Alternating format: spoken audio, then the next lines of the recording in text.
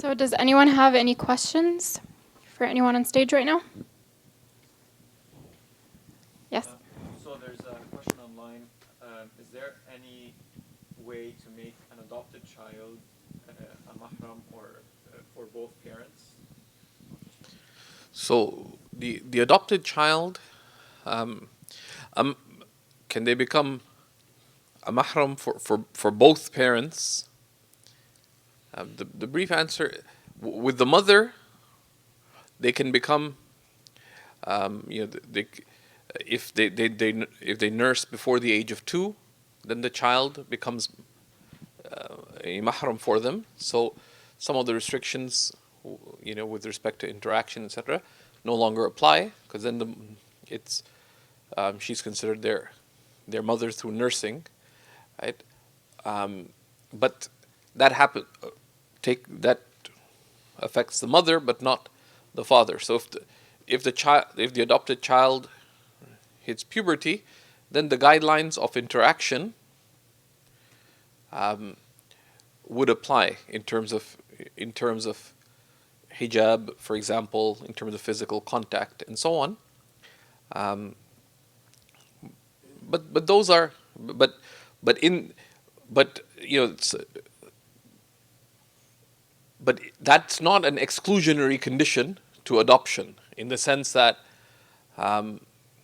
if one considers the great merit of adoption, then it's not a difficult thing. It's not uncommon for people to cover at home, etc., where they're around other people and they have the privacy of their room. But so things like that, they're not exclusion. It is by no means exclusionary to adoption, right? And the other thing that sometimes people make things very difficult for themselves is one should just consult, because some things seem very difficult, but if one consults, it's not. Honestly, it's not such a big deal, right? Try it, right? It's like, and when people tell you, well, it's not. Why? Because other people have dealt with it. If there's a couple, for example, they've dealt with it, etc. So on. In general, this is something that things that sometimes we don't take a step that we would want to take or we should take, either out of personal choice or out of the religion or the religious virtue in it, because of there being many question marks. Right? And the Prophet, peace and blessings upon him, said something very profound. He said, the only cure for confusion is to ask. Right? So if you consult that, okay, well, this seems difficult, how do I deal with it? And there's people who've dealt with many such cases, or people who have specific experience, and they'll tell you it's not that complicated. These are some guidelines, or do your best. And but it shouldn't preclude one. So it can give one the confidence to take that step. Allah knows best.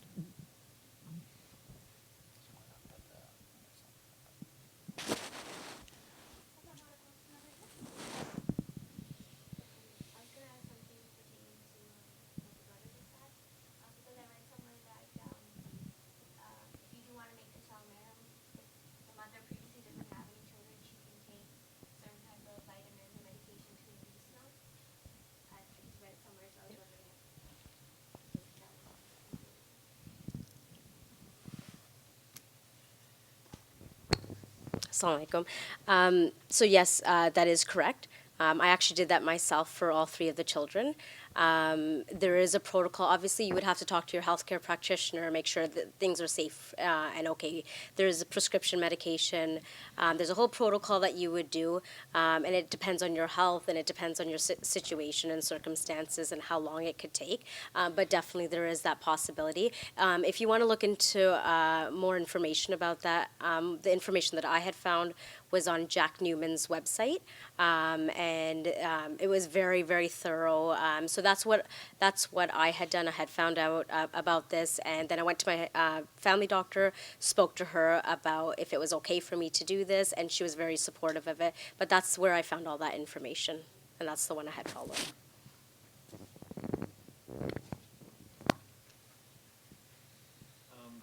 In terms of merit, is it the same to sponsor a child as it is to adopt? So there's a lot of options for sponsorship where one just gives money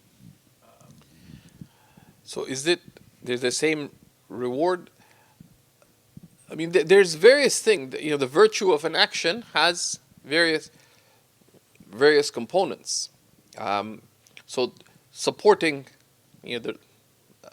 sponsoring an orphan, for example, has tremendous merit. Educating an orphan or someone who otherwise may not have access to education. There's great merit, but there's greater merit in something that you do directly yourself, and that's in general. Any virtuous act that is done directly has greater benefit. One is more expressive of concern. It also requires greater effort, right? And it affects you in a different manner, because ultimately, all the things that we do, it's not just about the act of doing things, but also it changes how you are. It changes how you are. Right? So, just as with charity, while one can just send, you can feed the poor somewhere out there, but but the Prophet, peace and blessings be on him, was himself commanded to remain with the poor, and the merit of eating with the poor, and that the most blessed weddings are those in which not only the rich are invited to, but the poor are invited to as well, right?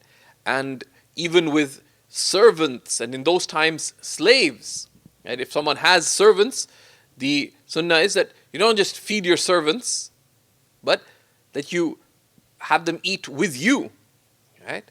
It's not just, okay, the servant eats in the kitchen and the people of the household sit, but any act of good is done, that's done directly, is of greater merit.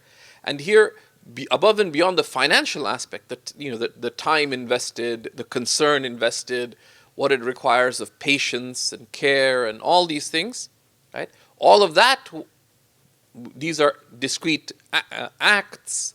One is rewarded for those, plus it changes, profoundly is supposed to change the guardian themselves. So there's no comparison between the two, right? In terms of their merit. But if one cannot, or it's difficult, or circumstances don't facilitate, one may have other responsibilities, then there is also tremendous reward in sponsoring an orphan, etc. But also these things, especially as we settle as a community here, that the idea of charity begins at home, right? And this is home, and the first circle of responsibility are our own neighborhoods and our own communities, right, around us. And there is also broader human concern for anyone in need anywhere, right? But this is an important, sometimes neglected aspect of giving as well, that we have to be careful about.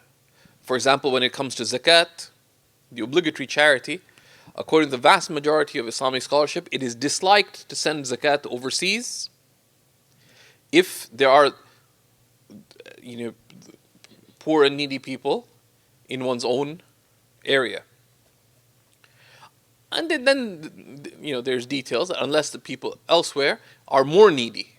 But the fact that there are people who may be more needy somewhere else does not absolve you of the immediacy of responsibility to those in one's area. And the same thing applies with respect to orphans, for example.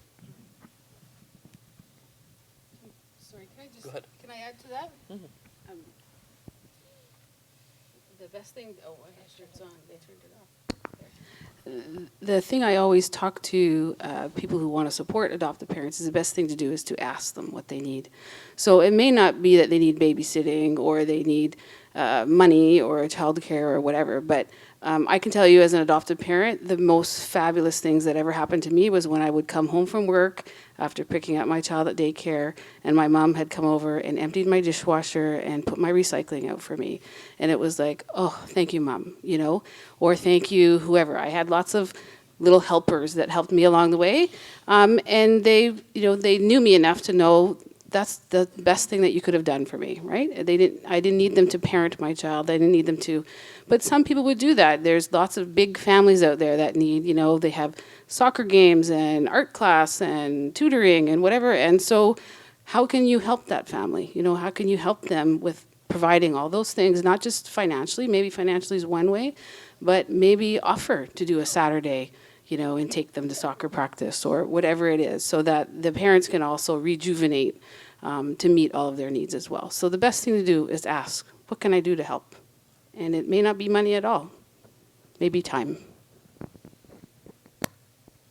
Yeah, this is going back to what Shaykh Faraz had talked about, but it's a question for you, Kimberley.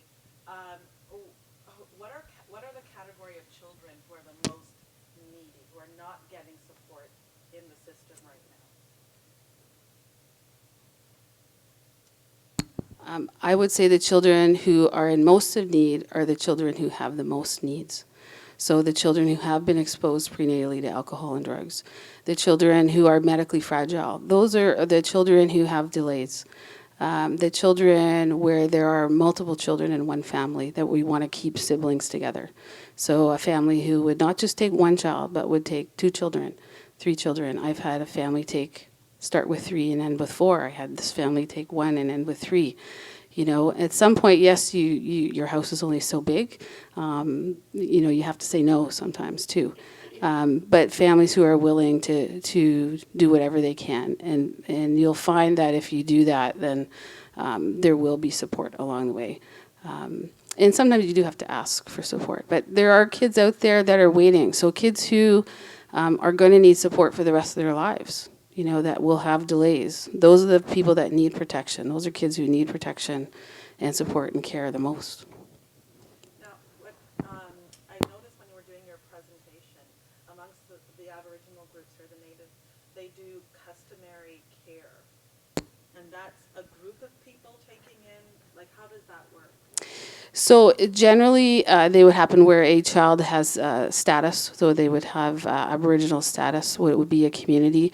Yes, there would be one sort of person to take the lead on that, but the whole community would take a responsibility for that child as well. So there would be portions of that community that would make sure that their schooling was looked after, that their various needs are looked after, and that's done in conjunction with the elders in that community and the community as well. And often there's family members there, right? There's extended family members who also take on that role. But it's a promise, It's basically a promise that they agree that they're going to raise this child together and take full responsibility. That model is only done amongst Aboriginals, not something that could be done, extended to other...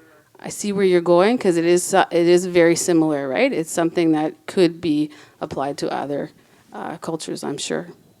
Yeah. I can just add one thing. I wanted to say that with our children, obviously, things come up that you didn't know about before, and one of the issues was speech delays. And I have to say, Children's Aid Society has been absolutely fantastic with support. Post-adoption support has been unbelievable for us. Any type of support we needed, or questions we had, or resources we've needed, they have definitely been there. So I did want to add that with different things that we've needed in terms of resources and support, our adoptions are all finalized, and yet we still have this ongoing support from them. What's the average time to say adopt a child? How long does it take? Families hate this answer because it's airy-fairy, right? It happens when it happens, right? So it's not about, there's no next in line. So it's not like, well, you get the next 4-year-old that comes, or you get the next infant, or it's about what you and your family offer and can bring to the life of a child and making the best match possible. So we have families who, for this family, once they came to us, it happened pretty quick, right? Within a matter of weeks, I think. if not sooner, right? And then there's other families where it would be longer. Now we know we have, within Children's Aid Societies, there's often a group of families who are looking at the same types of children as well. So sometimes you might have, in this larger, area, urban area, you have many families, but in other smaller communities, there may not be any families available for a child, and so then they look in other communities. So some children wait a very long time because they have multiple needs, and some children don't wait that long at all once they're free for adoption. The court process to be free for adoption can be quite lengthy sometimes as well, despite checks and balances to try to combat that. So I didn't answer your question. I know I didn't answer your question. There is no time. Yeah. Just a question around post-adoption. What are the requirements that you as parents have to upkeep, I guess, back with the agency or whatnot? Right. So there isn't a probationary period 6 months afterwards. So once you've had the child in your home, there is monthly visits that take place. So your adoption worker, your adoption worker would come in and just check up with you and the child and see that, make sure everything's going okay. Any help that you need, any assistance, any questions that you might have, and just to see, the overall well-being of the child and make sure the child is happy and being taken care of as should be. So that's a probationary period, and then once that is done, then you can then the court proceedings will be held, and then the adoption would be finalized. Now, once adoption is finalized, there's no more visitations per se from Children's Aid, for example, but they are there to provide support. So it could be, as Nazima mentioned, just resources or answers that that you may need, and it could even be like financial assistance as well, depending on the situation. And just to add that, each agency is very different. So some would have a larger budget to look after those needs, and some have no budget to look after. So there's some families who don't have any post-adoption support, and that's why we do what we can to help advocate through the Adoption Council of Ontario to help advocate for those families. As well as if you adopt internationally, that child is adopted, and there is no financial assistance for no matter what need comes up. So, and privately, it's the same thing. So yes, in some areas there is financial post-adoption support and other resources, but in also many communities there is not as well. So all the more reason to ask families what they need and how you can help them. Sorry, I wasn't here earlier, but are you a practitioner? I was through a Children's Aid Society. I worked there for 24 years, and now I work in another agency that provides support for families. So you're available? We are available. We serve anyone touched by adoption. So we have adoptees call us, we have birth families call us, and we have adoptive families call us, all looking for different kinds of assistance or support or resources. And that includes also kinship families and other families who have similar situations but just don't have that legal adoption title. So we look at all different types of families. I have two questions. So my first question is there regular reasons for adoption to go wrong after post-adoption? Is there challenges which comes regularly, and how can they be avoided? And my second question is it Islamically problematic to separate siblings? So I'll take the first question, that is it Islamically problematic for siblings to be separated? It's, of course, I mean, this is assuming that they're up for adoption, right? You don't just separate them like without reason, but yeah, it's highly, there's a whole number of teachings of the Prophet, peace and blessings be upon him, that as much as possible, siblings should be kept together, right? And separating them without need, is blameworthy. So if someone is able to adopt both siblings and they say, no, I'm just going to take the son, or the eldest take the girl, it's not the ideal situation for obvious reasons, because but in the event, if there's no other, it is permissible in situations of necessity, of course, or difficulty, or there's no lack of alternatives. In the other question, I'll pass over, because that what are the biggest challenges that.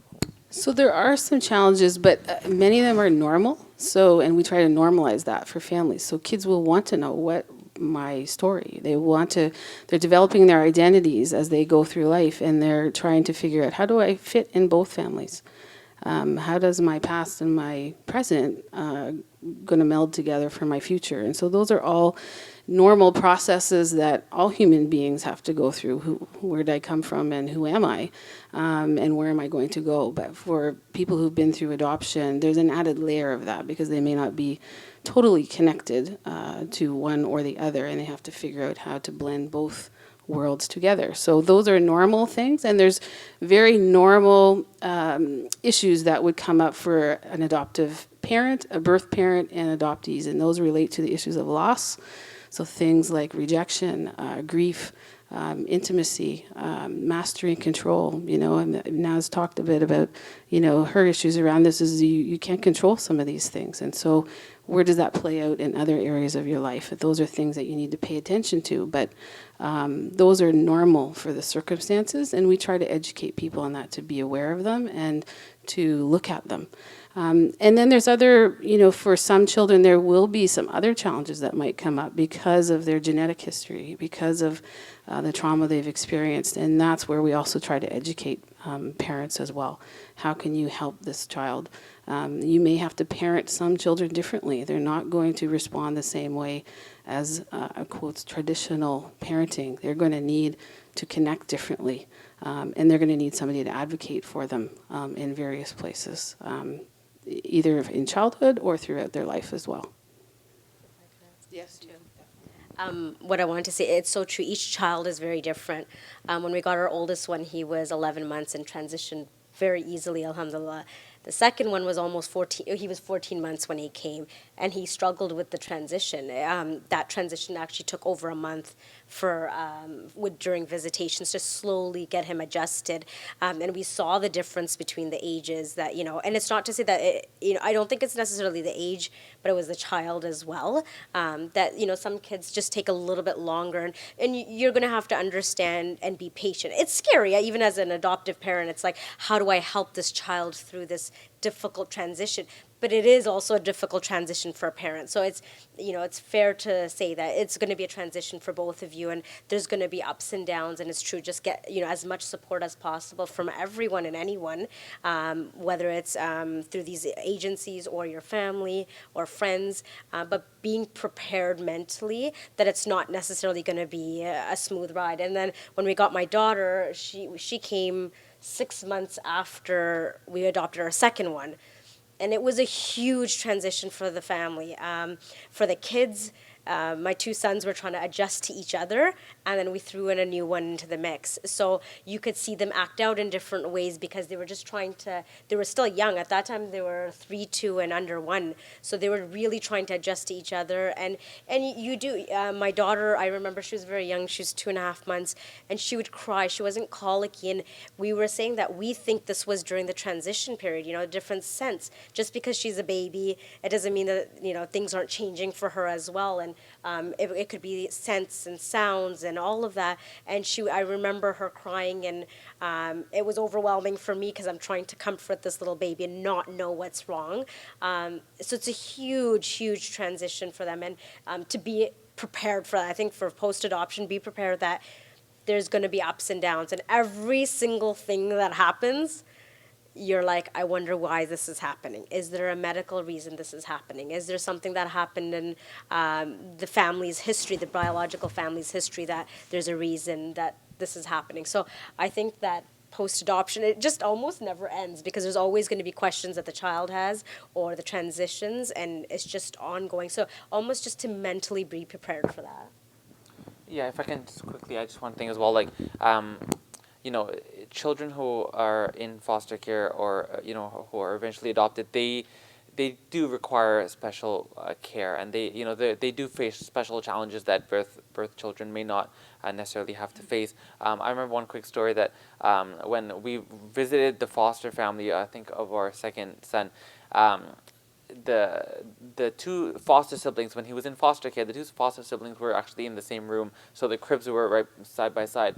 And when we adopted our son and brought him home, the foster mom would say the other child would at night get up and look for him in the other crib, right, and want to know what happened, right? So they face those things, right? So you have to understand that those are the challenges, and that's the backgrounds that they face, and you have to, as adoptive parents, you have to be able to help them through that and as best as possible. Alhamdulillah.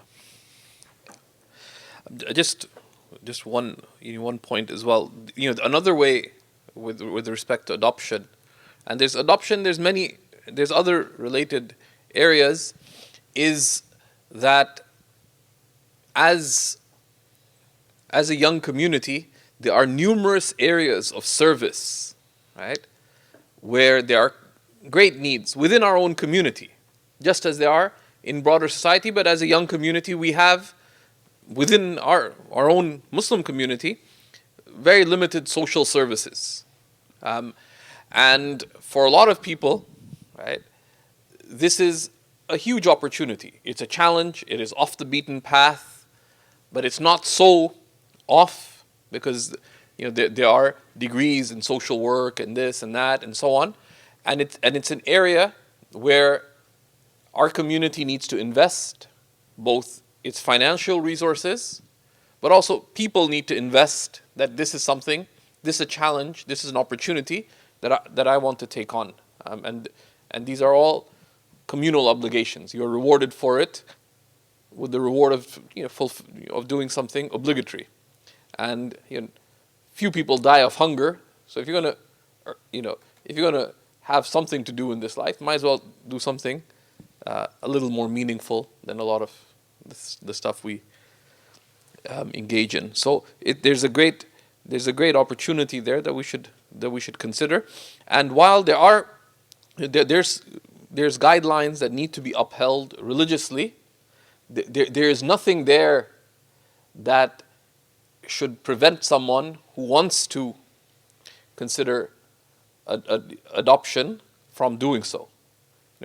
Consult people you trust for religious guidance, so that you're clear and sure of how you would proceed. But none of it should be such that if you have whether the urge or the inclination, or you're seeking to gain this tremendous reward of of raising a child, that you should hold back from. So we ask Allah Almighty that He facilitate for us all the pathways of good, wherever they may be and whatever they may be, that He grant us the courage to make those choices that are pleasing to Him, that are of benefit to His creation, that bring happiness and joy in our own lives and in the lives of others, that we facilitate good for all that are around us in the best of ways. وصلى الله على سيدنا ونبينا محمد وعلى آله وصحبه وسلم والحمد لله رب العالمين.